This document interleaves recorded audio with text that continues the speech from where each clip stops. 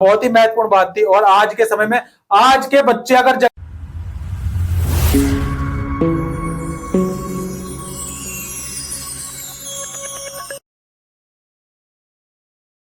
जंगल में फंस जाएं, जैसे अभी कोरोना महामारी निकली, कोरोना महामारी गई, तो लोगों को समझ में आया कि एक्चुअल में जीना क्या होता है, कैसे जिया जाता है, लाइफ सर्वाइव करना कितना मुश्किल है।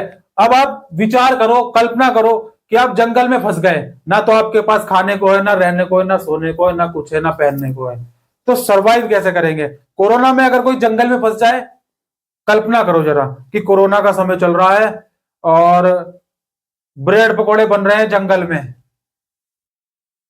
तो सरवाइव करना बड़ा मुश्किल है। आज के बच्चे नहीं कर सकते सरवाइव, नहीं, पैदल नहीं चल सकते 1 किलोमीटर। सच कह रहा हूं मैं, अच्छा मैं सच कह रहा हूं, बताओ बच्चे, आप बताओ। पूर्णिमा बताएगी, नहीं। अच्छा प्रार्थना बताओ, प्रार्थना बताओ, आप बताओ, क्या आप रोज 1 किलोमीटर कितना पैदल चलते हो? नहीं। जिम जाते हो? जिम कौन कौन जाता है? डोले सोले बनाने कोई नहीं जाता। चलो पॉइंट पे आते हैं। शिकार चांद के समय होता था, पूरब से शुरू होता था, और बांस के फंदों का इस्तेमाल करते थे। वे गांव को सबसे अच्छा शिकारी माना जाता था। बैसाख में जंगलों को जलाया जाता था, औरतें जली लकड़ियों को ईंधन के रूप में बीन लेती थी, आदमी शिकार पर जाते रहते थे, लेकिन गांव से दूर नहीं जाते थे, गांव से दूर नहीं जाते थे। अब ऐसा थोड़ी है कि स्कूल जा रहे थे सुबह और आज मन किया चलते चलते स्कूल का दिल्ली चले गए, तो ऐसा नहीं है। शिकार ज्यादा दूर नहीं, आसपास आसपास चलता रहता था। आषाढ़ से भादों तक मर्द खेत में काम करते थे। आषाढ़ से भादों तक मर्द कहां काम करते? खेतों में काम करते थे। जैसे आज अभी अभी देखो जो है ना, जायद की फसलों का समय आ रहा है। किसका? जायद की फसलों का समय। जायद की फसलें खरबूजा, तरबूज, खीरा, ककड़ी, टिंडा। तो ये लोग गांव में जो किसान होते हैं वो क्या है, नदी के आसपास जो है खेत बटाई पर ले लेते हैं, जिसे बोलते हैं गांव की भाषा बोलते हैं पलेज, तो लेते हैं। अब वो क्या है, जुआ है, बर्बाद भी हो जाते हैं, आबाद भी हो जाते हैं, है ना। बर्बाद भी होते हैं, आबाद भी हो जाते हैं। तो आषाढ़ भादों में मर्द क्या करते हैं? खेत में काम करते हैं। कुआर में फलियां आने लगती थी, और कार्तिक में कुटकी पक जाती थी। अगन में सारी फसल तैयार हो जाती थी, और फूस में फटकन की जाती थी। नाच गाना और शादियां भी फूस के महीने होती। क्यों? क्योंकि देखो सारी खेती पूरी होगी, सारे काम हो गया, तब नाच गाना होगा, ठीक। और शादियां भी फूस के महीने में की जाती थी। माघ में पुरुष नए बेबड़े की तरफ चले जाते थे। माघ में पुरुष नए बेबड़े की तरफ चले जाते थे। इस दौरान शिकार व चीजों का संग्रह जीने की मुख्य गतिविधि होती थी। यह चक्र पहले साल का होता था, दूसरे साल शिकार के लिए ज्यादा समय मिल जाता था। दूसरे साल शिकार के लिए ज्यादा समय मिल जाता था, क्योंकि केवल कुछ फसलों की ही बुआई कटाई होती थी, क्योंकि भोजन काफी होता था, इसलिए पुरुष बेवड़ों में ही रहते थे। तीसरे साल में भोजन के लिए वन उत्पादों की भी जरूरत पड़ने लगी थी। कुछ लोग एक जगह ही खेती करते थे। अब देखो कुछ आदिवासी तो घुमंतू खेती करते थे, कुछ क्या थे? शिकारी थे, कुछ संग्राहक थे, और कुछ लोग एक ही जगह खेती करते थे, एक ही जगह खेती। 19वीं सदी के पहले ही बहुत सारे जनजातीय कबीले एक जगह टिक कर खेती करने लगे थे। वे बार बार जगह बदलने की बजाय साल दर साल एक ही जगह खेती करते थे। वे हलों का इस्तेमाल करते थे। क्या करते थे? हलों का इस्तेमाल। हल क्यों?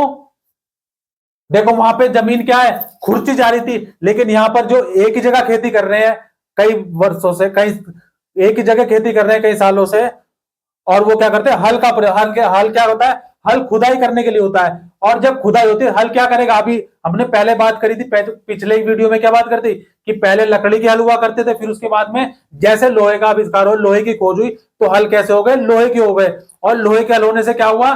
देखो लकड़ी के हल में और लोहे के हल में क्या अंतर था? लकड़ी का हल क्या था? जो हार्ड जमीन हुआ करती थी, हार्ड जमीन हुआ करती थी, उसमें ज्यादा धस नहीं पाता था, नहीं ज्यादा धस पाता था। लेकिन जब लोहे का हल आया, लोहे का हल आया तो ज्यादा गहराई से खुदाई होने लगी, और जैसे जब ज्यादा गहराई से खुदाई होने लगी, तब मिट्टी ज्यादा खुदी, और मिट्टी ज्यादा खुदी तो उपजाऊ होने लगी, और खेती भी बढ़ गई, उत्पादन अच्छा हुआ खेती का। तो कुछ लोग खेती करते थे और एक ही जगह कई साल। तो देखो क्या है, अब बात का आती है, वे हलों का इस्तेमाल करने लगे थे और धीरे धीरे उन्हें जमीन पर अधिकार भी मिलते जा रहे थे। जो लोग एक ही जगह रहकर खेती करते जा रहे थे, हलों का इस्तेमाल करते थे, और उनको क्या है, जमीन पर अधिकार भी मिलते जा रहे थे। बहुत सारे समुदाय छोटा नागपुर में मुंडाओं की तरह जमीन पूरे कबीले की संपत्ति होती थी। मुंडाओं की तरह जो है क्या है, अभी हम आगे बिरसा मुंडा की भी बात करेंगे, तो मुंडाओं की तरह जमीन पूरे कबीले की संपत्ति होती थी। कुछ के सभी सदस्यों को उन मूल निवासियों का वंशज माना जाता था जिन्होंने सबसे पहले आकर जमीन को साफ किया था। क्या? सबसे पहले, जो फर्स्ट टाइम, जो लोग फर्स्ट टाइम आए थे, उनको जमीन पर क्या धीरे धीरे अधिकार मिलने लगे, और कुछ लोगों को औरों से ज्यादा ताकत जुटा लेते थे। कबीले की संपत्ति तो माना ही जाता था। अक्सर ऐसा होता, कुल के कुछ लोगों को औरों से ज्यादा ताकत जुटा लेते थे। कुछ मुखिया बन जाते थे, कुछ क्या बन गए? मुखिया बन गए, दादा बन गए, गुंडागर्दी करने लग गए, है ना, गुंडागर्दी करने लग गए, दादा बन गए। कुछ दादा आज भी हैं, विभीषण जैसे दादा समझते हैं ना, विभीषण, आज के विभीषण। लेकिन उस समय क्या थी, ईमानदारी बहुत थी, ये सब नहीं थी, दादागिरी नहीं थी, ठीक है ना। लोग समूह में रहते थे और खुशनुमा जिंदगी व्यतीत करते थे, ना ही उन्हें क्यों तुलना नहीं करते थे, क्योंकि देखो चीजों की क्या है, अदला बदली हो रही है। और आज के समय में आटा लाए, पूर्णिमा आटा लाई, किससे? अमावस्या से।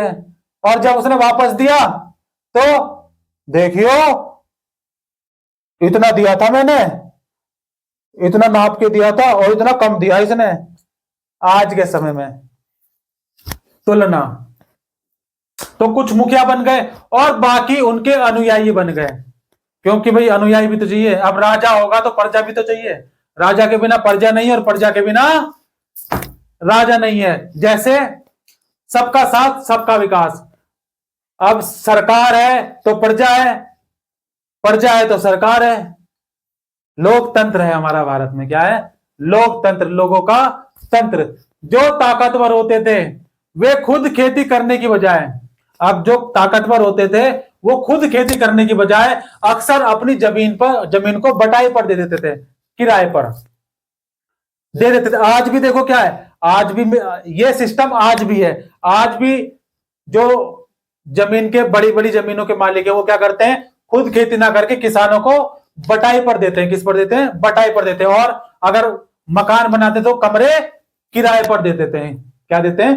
किराए पर देते हैं, खुद ना करके बटाई पर जमीन दे देते हैं। ब्रिटिश अफसरों को गोंड और संथाल जैसे एक जगह ठहरकर रहने वाले आदिवासी समूह शिकारी संग्राहक या घुमंतू खेती करने वालों के मुकाबले ज्यादा सभ्य दिखाई देते थे। जंगलों में रहने वालों को जंगली और बब्बर माना जाता था। जंगलों में रहने वालों को क्या है? जंगली और बब्बर माना जाता था। जैसे कि आज के समय में क्या है, उस समय जंगल में जो रहते थे उनको जंगली और बब्बर माना जाता था, और आज के समय में भाई इंसान को कुत्ता कह दो तो बुरा लग जाता है, और शेर कह दो तो चौड़ा हो जाता है ना। कुत्ता कह दो तो बुरा मान लेता है, और शेर कह दो तो 56 इंच का चौड़ा कर लेता है सीना। तो जंगली और बब्बर माना जाता था। अंग्रेजों को लगता था कि उन्हें स्थायी रूप से एक जगह बसाना और सभ्य बनाना जरूरी है। औपनिवेशिक शासन से आदिवासियों के जीवन पर क्या असर पड़ा? भाई औपनिवेशिक शासन आया, औपनिवेशिक, औपनिवेशिक, औपनिवेशिक शासन, औपनिवेशिक शासन से आदिवासियों के जीवन पर क्या प्रभाव, क्या असर पड़ता है? देखो, ब्रिटिश शासन के दौरान आदिवासी समूहों का जीवन बदल गया। भाई जब ब्रिटिश शासन आया, ब्रिटिश शासन हुआ, तो आदिवासी समूहों का जीवन बदल गया। अब आदिवासी में जो मुखिया लोग थे, क्योंकि ताकतवर बन गए थे तो उनको सरदार, मुखिया बन गए थे, और उनके अनुयायी लोग क्या थे? लोग उनके अनुयायी बन गए थे। तो आदिवासी मुखियाओं का क्या हुआ? अंग्रेजों के आने से पहले बहुत सारे इलाकों में आदिवासियों के मुखियाओं का महत्वपूर्ण स्थान था। उनका स्थान क्या था? महत्वपूर्ण था। उनके पास औरों से ज्यादा आर्थिक ताकत होती थी। औरों से ज्यादा आर्थिक ताकत होती थी। वे अपने इलाके पर नियंत्रण रखते थे। अपने इलाके पर क्या रखते थे? नियंत्रण रखते थे। कई जगह उनकी अपनी पुलिस होती थी। कई जगह उनकी अपनी पुलिस होती है, जैसे आज भी है। आज क्या करते हैं? आज जो बड़े बड़े वीआईपीज और सेलिब्रिटीज और कुछ जो है क्या है, कुछ भोकाल मचाने के लिए क्या करते हैं? बाउंसर रखते हैं। प्राइवेट संस्था होती है ना, प्राइवेट एजेंसियां होती हैं जो क्या बाउंसर प्रोवाइड कराती है, तो बाउंसर रखते हैं। तो उस समय क्या होता था? आर्थिक ताकत होती थी ज्यादा। तो वह अपने क्या रहते, अपनी पुलिस होती थी उनकी। वे जमीन एवं वन प्रबंधन के स्थानीय नियम खुद बनाते थे। नियम क्या करते थे? वे खुद बनाते थे। ब्रिटिश शासन के तहत आदिवासी मुखियाओं के कामकाज और अधिकार काफी बदल गए थे। मुखियाओं के कामकाज और अधिकार काफी बदल गए थे। उन्हें कहीं कहीं गांवों पर जमीन का मालिकाना तो मिला हुआ था। कहीं कहीं जमीन पर, गांव की जो जमीन थी उन पे मालिकाना हक तो मिला हुआ था। लेकिन उनकी शासकीय शक्तियां छीन ली गई। शासकीय शक्तियां नहीं थी उनके पास। मालिकाना हक तो था लेकिन शासकीय शक्तियां नहीं थी, छीन ली गई। उन्हें ब्रिटिश अधिकारियों द्वारा बनाए गए नियमों को मानने, उनका पालन करने के लिए बाध्य कर दिया गया। क्या कर दिया गया? बाध्य कर दिया गया, प्रेशराइज किया, इंसिस्ट किया। उन्हें अंग्रेजों को नजराना देना पड़ता था। अंग्रेजों को क्या है? नजराना देना पड़ता था, नजराना। अब ये नजराना क्या होता है? जैसे जैसे तो अपनी गर्लफ्रेंड को देना, होली पे गए ना, होली पे अपनी गर्लफ्रेंड को क्या गिफ्ट दिया ना, वैलेंटाइन डे गया है ना, क्या चल रहा है? मार्च चला। इससे पहले क्या था? फरवरी था। 7 फरवरी से 14 फरवरी तक कौन कौन से दिन होते हैं? भाई मेरे को तो वैलेंटाइन डे का मालूम है। चॉकलेट डे होता है, टेडी डे होता है, वैलेंटाइन डे होता है, और कौन सा दिन होता है? ये देखो, लिस्ट तैयार हो गई इसकी एकदम। मोबाइल की स्क्रीन पे लगा रखी होगी तूने, है ना? मैं नहीं लगाता, मैं तो ऐसा फोन रखता हूं, मैं नहीं लगाता। चलो चलो जाने दो, कम टू द पॉइंट। जो नियम बनाए गए थे उनको लिए क्या बाध्य किया जाता था, और अंग्रेजों को नजराना देना पड़ता था। नजराना कुछ टैक्स पैसा के रूप में। और अंग्रेजों के प्रतिनिधि की हैसियत से अपने समूह को अनुशासन में रखना होता था। क्या होता था? अनुशासन में रखना होता था। पहले उसके पास जो ताकत थी अब वह नहीं रही। पहले जो मुखियाओं के पास ताकत थी वो अब नहीं रही। वे परंपरागत कामों को करने से लाचार हो गए। जो उनके परंपरागत काम थे उनसे क्या हो गए? लाचार हो गए। अच्छा, घुमंतु काश्तकारों का क्या हुआ? ब्रिटिश शासन के आने से घुमंतु काश्तकारों का क्या हुआ? ऐसे समूहों से अंग्रेजों को काफी परेशानी थी। भाई जो घुमंतु काश्तकार थे, अंग्रेजों को बड़ी चिढ़ थी, इनसे बड़ी परेशानी थी। क्यों? जो जहां वहां भटकते रहते थे और एक जगह ठहरकर नहीं रहते थे। एक जगह ठहरकर नहीं होते थे। पता लगा ब्रिटिश अफसर गए, आज तो जो है ब्रिटिश अफसर गए, आज घुमंतु यहां थे, यहां से क्या लाए? नजराना लेकर आ गए, ठीक है। और 4 महीने बाद फिर गए तो पता लगा ये लोग यहां आ गए, यहां आ गए। तो इस चीज से अंग्रेजों को क्या थी? परेशानी थी। क्योंकि टैग पता नहीं चलता था कहां है कहां नहीं है। तो आदिवासी समूह के लिए एक जगह स्थायी नहीं थी, क्यों एक इधर करी फिर उधर करी। स्थायी रूप से एक जगह रहने वाले किसानों को नियंत्रित करना आसान था। अंग्रेजों को जो स्थायी रूप से किसानी कर रहे थे, कृषि कर रहे थे, उन पर नियंत्रण रखना क्या था, आसान था। और जो घुमंतु थे वो एक जगह से दूसरी जगह जाते थे, उनको उन पर नियंत्रण रखना क्या था, आसान नहीं था। इसलिए उनको उनसे परेशानी थी। अंग्रेज अपने शासन के लिए आमदनी का नियमित स्रोत भी चाहते थे। भाई अंग्रेज क्या थे, नियमित स्रोत चाहते थे आमदनी का। फलस्वरूप उन्होंने जमीन के बारे में कुछ नियम लागू कर दिए। जैसे अभी हमने पिछली वीडियो में क्या देखा था, स्थायी बंदोबस्त। 1793 में स्थायी बंदोबस्त लगाया, लेकिन फिक्स कर दिया था। नुकसान हुआ, बाद में जाके किसानों को फायदा हुआ, जमींदारों को फायदा हुआ। और फिर उसके बाद में नया एक तरीका निकाला, क्या था, रैयतवारी। नहीं, उसको लागू किया, लेकिन उसमें संशोधन करने की प्रक्रिया को रखा गया, स्थायी बंदोबस्त में नहीं थी। तो जमीन के लिए क्या है, कुछ नियम लागू कर दिए गए। उन्होंने जमीन को मापकर प्रत्येक व्यक्ति का हिस्सा तय कर दिया। जमीन को मापा और प्रत्येक हिस्सा क्या है, तय कर दिया। देखो वहां था ना, क्या नाम था उसका, बताओ। पिछली वीडियो में मैंने बताया था ना आपको, और पिछले क्लास आपसे पूछ रहा हूं मैं, क्या नाम था उसका, होल्ट मैकेंजी। हाँ,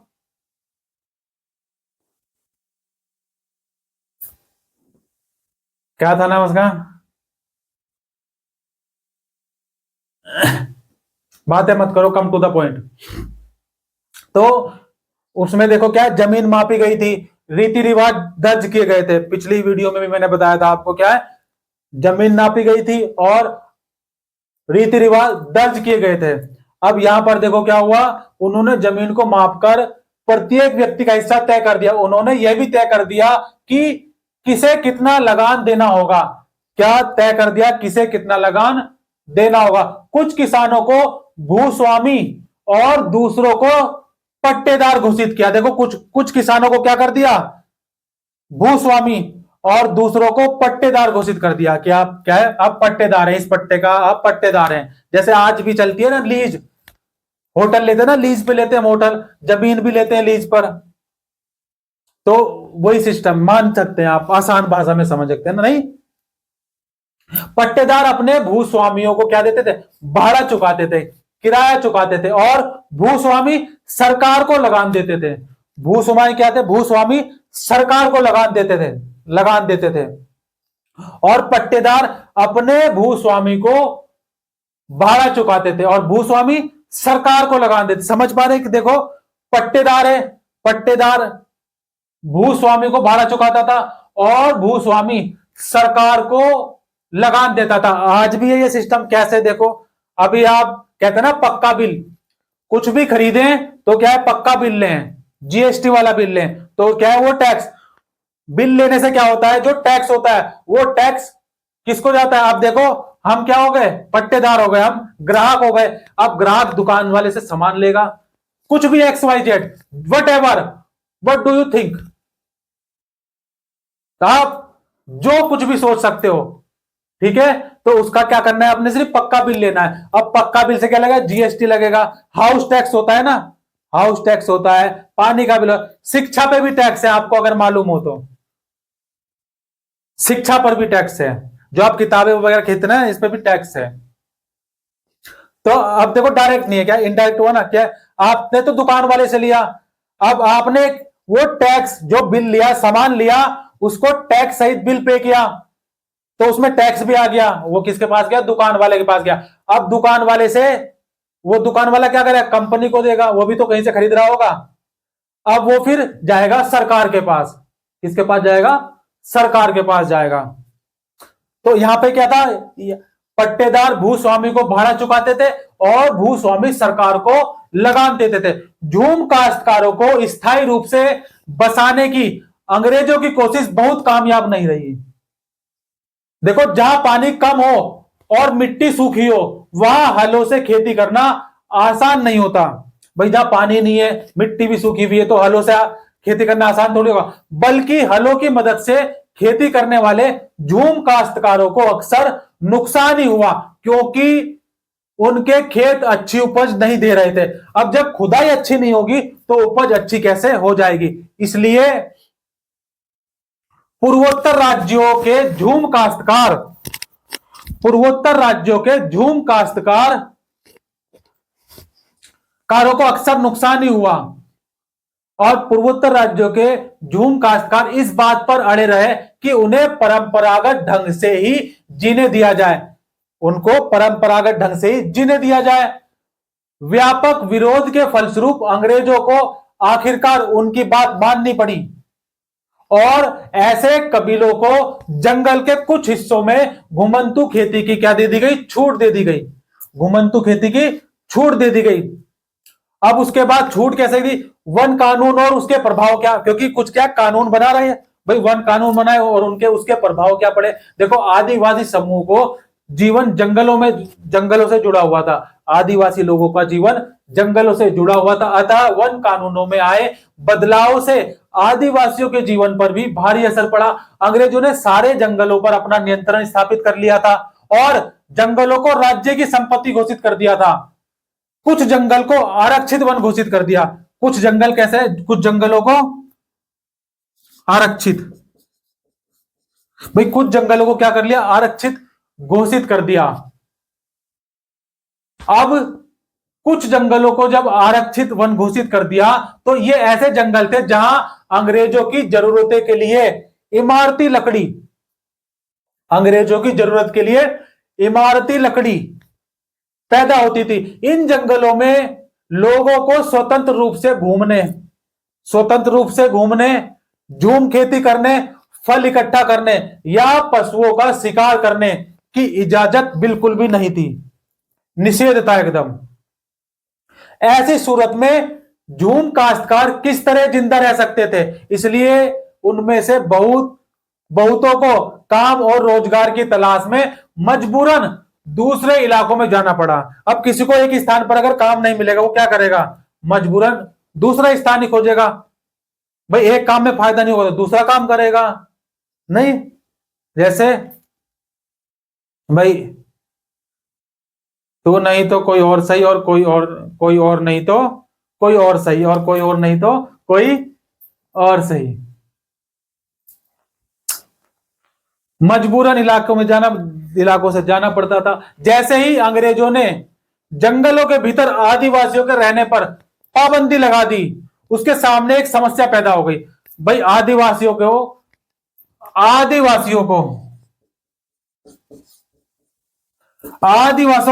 जंगलों में जाने पर पाबंदी लगा दी। जो भाई जंगल कोई अपना क्या मानते थे? जीवन मानते थे, और उस पर पाबंदी लगा दी।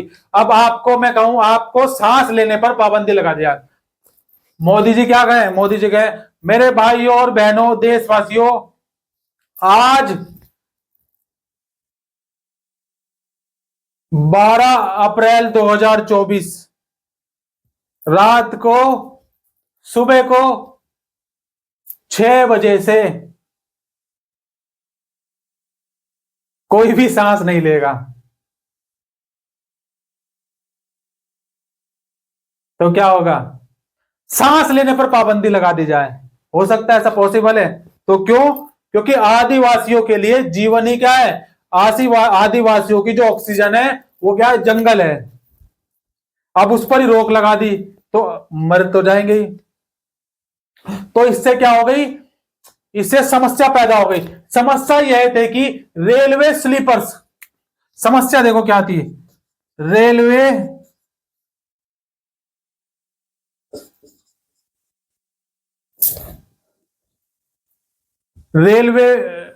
स्लीपर्स के लिए पेड़ काटने और लकड़ी को एक जगह से दूसरी जगह ले जाने के लिए मजदूरों का इंतजाम कहां से किया जाए?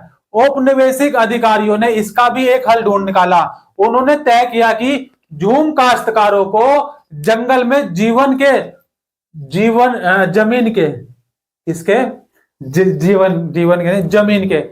क्या किया जाए? काश्तकारों को जंगल में जमीन के टुकड़े दिए जाएंगे और उन्हें वहां खेती करने की भी छूट होगी, बशर्ते गांव में रहने वालों को वन विभाग के लिए मजदूरी करनी होगी। क्या करनी होगी? मजदूरी करनी होगी। और जंगलों की देखभाल करनी होगी। जंगलों की क्या करनी होगी? देखभाल करनी होगी। इस तरह बहुत सारे इलाकों में वन विभाग ने सस्ते श्रम की आपूर्ति सुनिश्चित करने के लिए वन गांव बसा दिए। क्या बसा दिए? वन गांव बसा दिए। बहुत सारे आदिवासी समूहों ने औपनिवेशिक वन कानूनों का विरोध किया। उन्होंने नए नियमों का पालन करने से इनकार कर दिया और उन्हीं तौर तरीकों से चलते रहे जिन्हें सरकार गैर कानूनी घोषित कर चुकी थी। सरकार क्या है? ब्रिटिश सरकार गैर कानूनी घोषित कर चुकी थी। कई बार उन्होंने खुलेआम बगावत भी कर दी थी। 1906 में सोग्राम संग्राम द्वारा असम में और 1930 के दशक में मध्य प्रांत में हुआ वन सत्याग्रह इसी तरह के विरोध थे। अंग्रेजों के इस देश में जीना कितना कठिन है, देखो है ना कितना कठिन है। अंग्रेजों के इस देश में जीना कितना कठिन है। 1930 के दशक में बैरियर एल्विन ने मध्य भारत में रहने वाले वेगा आदिवासियों के इलाके का दौरा किया था। एल्विन इन लोगों के रीति रिवाज, उनकी कला और लोक संस्कृति को जानना चाहता था। उन्होंने वेगाओं के बहुत सारे गीत इकट्ठे किए जिनमें इस बात पर शिकायत की गई कि अंग्रेजों के शासनकाल में वेगा कितने बुरे दौर से गुजर रहे हैं। अंग्रेजों के इस देश में जीना कितना मुश्किल है, जीना कितना कठिन है। मुश्किल जमींदार बैठा है गांव में, दरवाजे में कोतवाल, बगीचों में पटवारी, खेतों में सरकार। अंग्रेजों के इस देश में जीना कितना मुश्किल है। पशु कर अदा करने के लिए बेचते हैं। गाय तो भैंस बेचते हैं, जंगल कर के लिए बैलों को बेचते हैं, बैलों को बेचकर अदा करते हैं। लगान भोजन पाए कहां से? अंग्रेजों के इस देश में। देखो